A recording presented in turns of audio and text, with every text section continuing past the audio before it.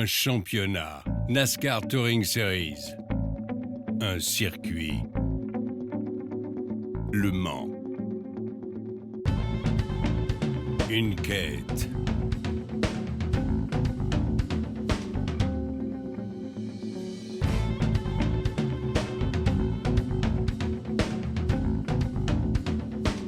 Une invitée surprise. La tempête.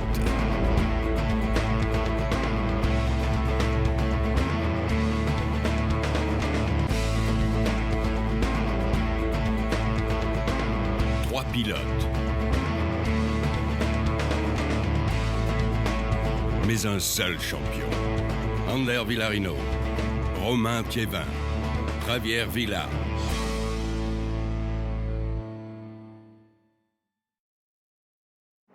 Bonjour à toutes et à tous. Le circuit Bugatti du Mans accueillait du 12 au 14 octobre les finales 2012 de l'Euro-Race-Car NASCAR Touring Series.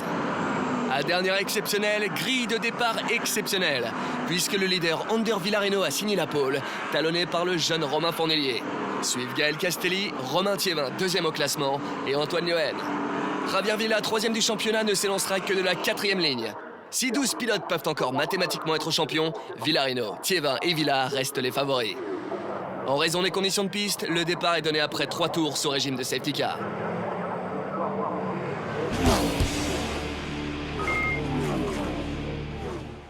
Au quatrième passage, le départ est enfin donné. Romain Fournillier prend le meilleur envol et pointe aux commandes à la bord de la chicane d'Allop. Villarino est deuxième devant Castelli, Thiévin, Liohen, Cozin, Boussena et Villa. Sur la 25, Romain Iannetta est huitième. Ça chauffe dans ce premier tour. Gaël Castelli, qui découvre ce week-end sa race car, attaque Fournillier au garage vert et s'empare des commandes. Et tandis que Villarino joue de prudence pour gérer son leadership au championnat, son rival Thiévin passe à l'offensive. Le vice-champion 2011 ne veut pas voir Castelli s'envoler et se débarrasse dans la foulée de Fournillier. Sur cette piste détrempée, Romain attaque et dompte avec maestria les 450 chevaux du V8 de sa Dodge Challenger.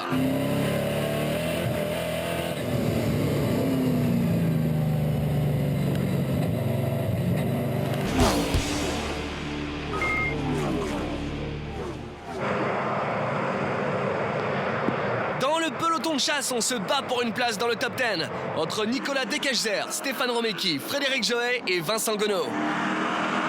Aux avant-postes, Fournillier contient Villarino au troisième rang, tandis que Iannetta, survolté, est déjà revenu dans les échappements de l'Espagnol. Le pilote Torres passera quatrième au tour suivant. Dans la foulée, il accroche la 11 à son tableau de chasse et s'invite sur le podium provisoire. Iannetta, rappelons-le, s'était élancé depuis la 9e place sur la grille.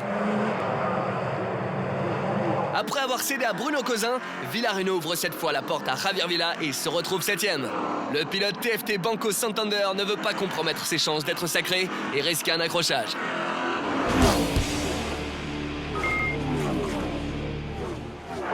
Après 7 tours dans cette course sprint élite, un groupe se détache derrière Iannetta qui prend le large. Fournillier, Villa et Cozin vont se livrer de magnifiques passes d'armes, se jouant des éléments pour décrocher la 4e place. Plus que le résultat, il lorgne sur le podium final du championnat où tout reste ouvert mathématiquement. Car c'est tout l'intérêt de l'Euro-Race-Car. Grâce au partenariat signé avec NASCAR, c'est la porte vers les États-Unis qui s'ouvre à eux. Pendant 4 tours, nos 3 compères vont s'échanger les positions au prix d'attaque sur le fil du rasoir, mais toujours correct. Bruno Cozin est magistral au volant de sa Challenger. Car pour l'Albigeois aussi, les enjeux sont importants. C'est la victoire en Challenger Trophy réservée au Gentleman Driver qui est en jeu. Il gagnera la bataille et terminera 4e. On le voit ici avec la glissade de la 11. Les conditions sont difficiles, mais Fournillier tient le cap. Villarino observe depuis sa 7e place, mais l'essentiel pour lui est de marquer des points et de ne pas partir à la faute. Nous sommes ici en caméra embarquée avec le pilote basque.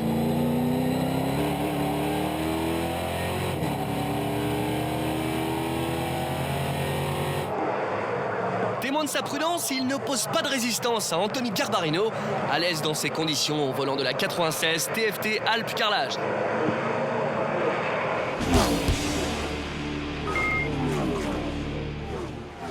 Gaël Castelli s'est envolé en tête et décroche la victoire dès sa première apparition en Euro-Race-Car. Pour ne pas interférer dans la lutte pour le titre, le pilote Rapido Racing ne marque pas de points. Thiévin n'a donc pas tout tenté et accueille sa deuxième place comme une victoire devant Iannetta. Au championnat, il entretient ainsi le suspense puisque 40 points le séparent de Villareno, alors que 96 restent à distribuer lors de l'endurance. L'enjeu est grand car c'est une place dans une course NASCAR à Daytona qui récompensera le champion. Jetons un œil au classement, Castelli l'emporte donc devant Thiévin et Iannetta. Cousin 4e s'impose en Challenger et devant Fournilier, Villa, Villareno, Garbarino, Tekesher et Ormeki. Écoutons le vainqueur du jour. J'adore la pluie, donc aujourd'hui je voulais que ça pleuve, donc ça a plu, c'est nickel. J'ai essayé de creuser le trou tout de suite, enfin de doubler mes concurrents tout de suite. J'ai réussi à leur faire un bel extérieur après le Dunlop. Et après j'ai dit il faut que je creuse le trou, j'ai réussi à creuser et puis après j'ai assuré. Romain Thiévin n'est pas le moins heureux. Gaël Castelli était assez rapide. Puis une fois deuxième, je marquais les points de la victoire. Donc j'ai creusé un petit peu d'écart. Et après, j'ai assuré ma deuxième place qui m'assurait les points de la victoire pour le championnat. C'était très important. Moi, ce qui m'intéresse, c'est de tout donner cet après-midi. On était en tête du championnat par équipe. Et pour nous, c'est important de remporter ce championnat également en 2012. Nous l'avons vu, tout reste à jouer dans cette finale de l'Euro-Race-Car NASCAR Touring Series. En attendant le dénouement, place à la division Open. 16 pilotes toujours en lice, mais des favoris. Tanguy Ide, Simon Escalier, Alain Grand, Vincent Gonneau, Joachim Gabaron, Gérald Cormon.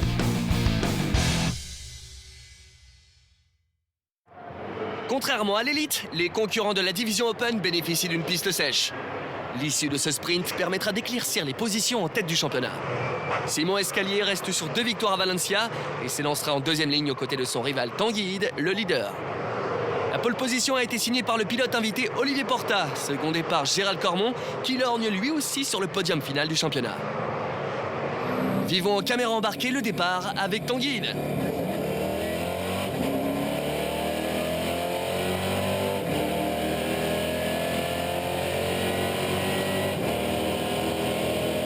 C'est chaud dès les premiers mètres. Les 96, 19, 25 et 44 abordent le premier virage à 4 de front.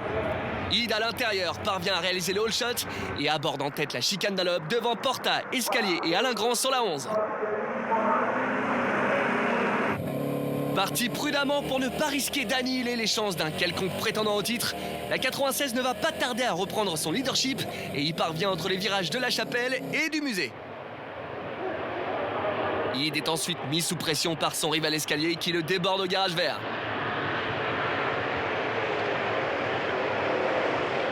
Et tandis que Porta vire trop large, la 19 du Scorpus Racing en profite pour prendre la tête alors que l'on joue des portières derrière. Alain Grand profite de l'explication pour s'inviter en 3e position devant Cormon et Ide. Suivent Vincent Gonneau, Joachim Gabaron, Jérôme Laurin et Josh Burden, parti dernier.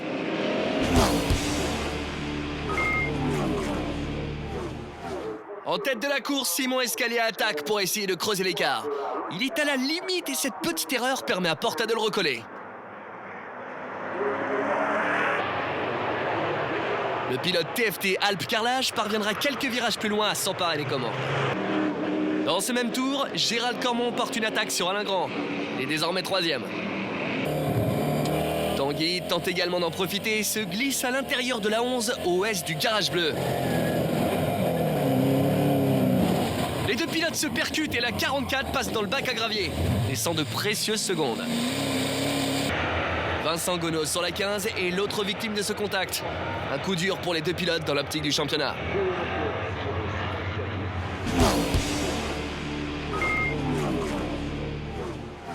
Gérald Cormon est désormais esselé au 2e rang. Mais le pilote Ores Compétition doit surveiller dans ses rétros le retour de Josh Burden, lequel s'est défait de Joachim Gabaron et Jérôme Laurin. Parti dernier en raison de soucis mécaniques en qualification, l'Australien harcèle la 25 pour la dernière marche du podium. L'explication tourne court dans le 6e tour lorsqu'un contact entre les deux pilotes aboutit à une crevaison sur la 18 de Scorpus.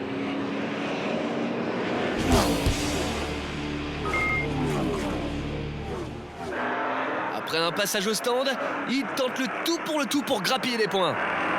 Sur la 99, Périsset observe et se contente de marquer des points importants pour le championnat team et le Gentleman Trophy dont il vise le podium final.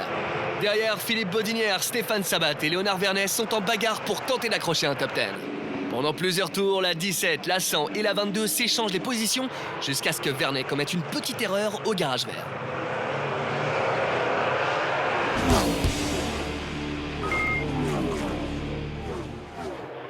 Le dernier tour, Olivier Porta, comme à la parade, s'envole vers la victoire à bonne distance de Simon Escalier. Et comme pour Castelli en élite, Porta ne marque pas de points. L'ancien pilote GT est venu pour découvrir l'ambiance race car et prouver son adaptation rapide à ces véritables bêtes de course. Cela fait donc les affaires du pilote de la 19 qui n'a pas eu à chercher à tout prix la victoire pour engranger le maximum de points. Il enfile ainsi le costume de leader du championnat. Olivier Porta s'impose donc devant Escalier, Cormon, vainqueur en gentleman, Gabaron, Lorrain, meilleur legend, Violas, Grand, Quintal, Périsset et Rodriguez. Génial, génial. Effectivement, la première fois que je fais une course de race-car vraiment en m'investissant dans le team et je suis conquis. Conquis parce que ce sont des autos où on a vraiment du plaisir à rouler. Qu'on roule devant, derrière, fort, loin des temps. On prend du plaisir dans ces autos et c'est magique. Escalier, ici dans les bras de ses parents, peut quant à lui savourer son nouveau statut. Le départ a été chaud et très mouvementé, donc du coup ça a mis du piment à l'émotion et au phénomène. Ça rassure parce que depuis Valencia il y a eu beaucoup de résultats. Satisfait de tout ce qui se passe pour l'instant et j'espère qu'on est sur une bonne dynamique, donc j'espère que ça continue comme ça jusqu'à la fin de la saison. On se quitte sur ces images de Gérald Cormon, 3e de ce Sprint Open. Rendez-vous très prochainement pour vivre ensemble le dénouement de cette saison 2012 avec l'Endurance Elite et Open. À bientôt.